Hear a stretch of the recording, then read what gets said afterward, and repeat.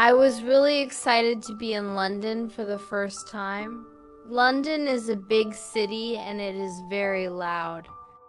I felt like a small person in London. I had my map in my hand. I was trying to find my new apartment. My bags were really heavy to carry around. I was walking along. Then I saw something on the ground. It was a white envelope. I bent down and picked it up. The name Mr. Albus was written on it. There was no address on the envelope at all. I opened the envelope carefully. Inside I found a card. The card said, "Thank you for the music and that I'm a good friend." I looked around. I saw many people walking past me. I wondered who lost the letter. It looked really important. I took the letter to my home. That night I thought about the card a lot. I thought maybe Mr. Albus was really sad that he lost it. So I decided to find him. The next day I asked people in the street, "Excuse me, do you know Mr. Albus?" Every person said, "No, sorry." Nobody knew who he was. I felt down. Then I saw an old music shop called Albus and Son.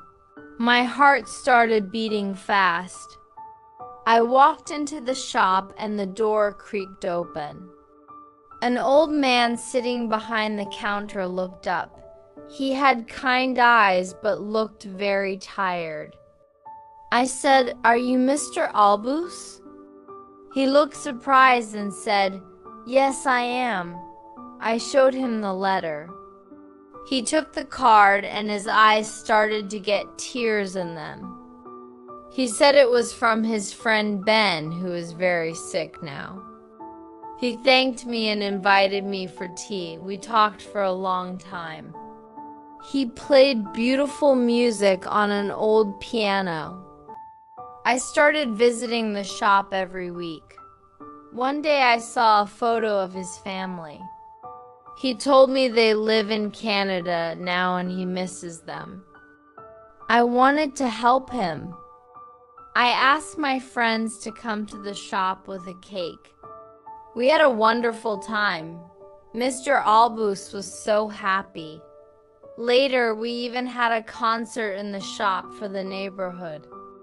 A man from the newspaper wrote a story about it. His son in Canada saw the story and called him. Mr. Albus was so happy to talk to his family again. My time in London ended and I had to go home. I visited the shop one last time. Mr. Albus gave me a book of music and said I was like family to him.